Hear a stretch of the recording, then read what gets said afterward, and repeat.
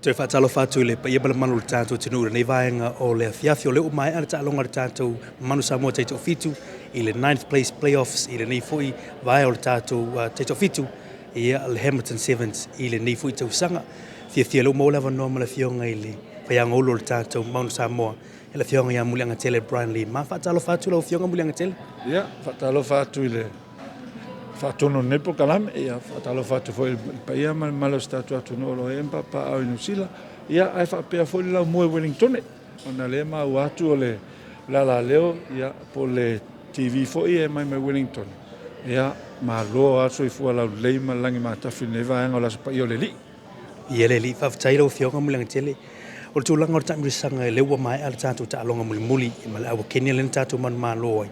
Ai o le asau sau noanga i le tūlanga i lau te lenga o le tamirisanga, le aso anafia, le asa whaonga le tātou te nuofa i loa. Ia i le tūlanga na i le tātou au i le iau i le tūlanga o muitinga i le cup, ia po o le playoffs mo le ipu. Ia a leua tātou tūlanga iwa i le tūlanga o le pou i le nei aso. A le asa tūlanga o se sau sila o le whaia aunga i le au te lenga o le nifa, mo le nifu i vai. Ia, o le tamisanga nei lua whelua tolu i nei Hamilton. E le se tamisanga whaingo fie. O le tūlanga matua i longana whawhaingata uma i au uma. Mai se whau tapena ngā au. Ua matua i tapena pena lava se tūlanga mawalunga. Mai se lava la matanga o le netau sanga lua whelua tolu. Mai se ai, le wha moe moe nei. Ngā mata mai a Novemba mai lua whelua lua e tau mai e tau ia mea. Ia o le wha moe moe lea sa i lela au e wha pito i lunga. Mo le Qualified Olympics. Ia le alau tau se sila mai e le whaingo fia le wha moe moe. Ngā tau whai tapena pena uma au. Ia o wale wha moe moe o le wha le tonu lava le au whatamala. Ia ma tele la tō mese. Ia o le au lava na e malolo pe whai ina. Pero tulanga la lea sa ia i foti tato au lea sona nafi. Ia sa telefo ia wanoa. Ia au la tō le whaunga ina. Ia mal tulanga fo i lea o le tau whinga o le tato polo. Pole possession. Ia pero tulanga na. Sa wha le tonu e tato au talanga whanani ma talanga mawhiti. Ia lea lana le whamanu ia ina i lunga i le ipu. Tau wanga le ipu. Ia aianga i loi lalo le pop. Ia o stulanga sa le mwhaifoi ona tu maulalo le tato au tulanga wa iai. O le tulanga lava ia. Ia o wha le tonu lava i le lato performance. O lato wan wha le tonu ai. Lea lana ne yaso muli muli le whamoe moe. Ia sa tau whai lava ia long whanau la tonu ia tau pia le tuiva. Tau pia le tuiva. Ia maua e nina i points. E wha popo i ai olo i ai te mene. Mantua fo i e le amatani e wha mo tato le tūlanga mo mua. Ia o le tūlanga lava ia ma le aim sa i ai tato au. Ia wha tu mawina pe tūlanga mo mua. Ia pai tariane. Ia i o wha ta silfo tia me le pe upo le atunu. Ia ai o tūlanga lana wei ai. Ia le o tato tuiva. Ia o uma fo i la ma le wha mo nei Hamilton. O le si tūlanga te he, o le tournament lea, o le tournament muli lava lea i New Zealand. Ia sa tau whai e fo i tato au wafo i se tūlanga li lei. E wha uma li e ni wha mo i New Zealand. Ia ai pēla ua le o wha atasi ma. Tūlanga na ho i hele tato wha mo i la so nafi. Lea la ua tuiva. Ia o matu fia fo i ua moa lea tūlanga li lei e wha upopo ai le tūlanga mua sa iai. Whawhataila o fionga Muliagatele leua e sau noe le tūlanga o lau te lenga o le whamoe moe sa tamu whaile tātou au mo le whuli malo mo le whawhataila o fionga ma le tātou au. E moni lava e se fwoi tūlanga o le tamu whaile pūlenga ma le ia o longa al malai whai fwoi whai unga tamata alu. Ia wha malo al tumulanga o le tamu whai mo le tātou au.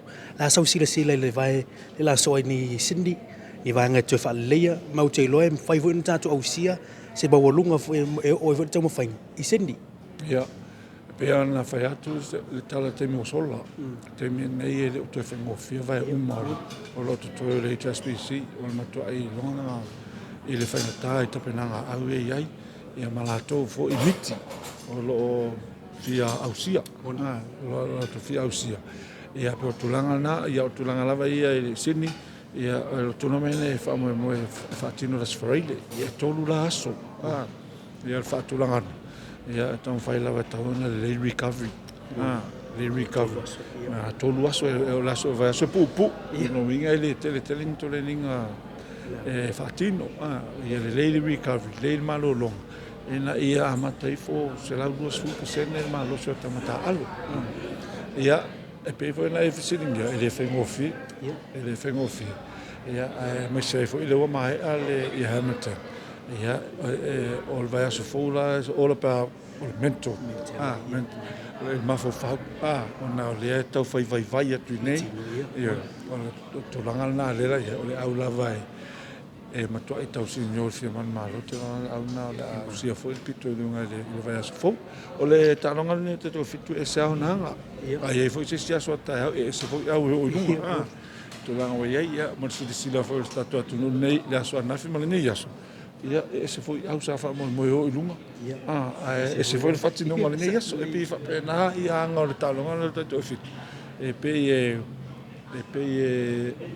ale fa nga ina la vala no u mo ia o mo fo ile si au lava no pe fa tu la ngolo ye te fitu te me ia vai aso fo ile fe mo fiele fa mo le vai aso si Aftailo fiong Muliagatele ono tatou taimi tuina tu lava no muli le mo sausaunanga muli a fo mai o le tanto tinu tapu inga nias ia le tapu inga malo stato tunu a mata mai la malo o le tomai tai palemia o le kapeneta o le palemene ia ma le fono su tofia a pia fo i le fangaloina fo i le au fangaloina tofia le toa lo fona fa no Manu wase Manu ia o Samoa ia ma se tatou atunu pele o Samoa e le ngata i statua tunu Samoa a so Samoa o lo e papa au New Zealand ia malala sa tapua ia faiva o alo fana o statua tunu ne yaso e Muliagatele le fafetai tele tafetai to tapuinga fafetai to sanga molia ia a wase Manu ia o tatou au ne yaso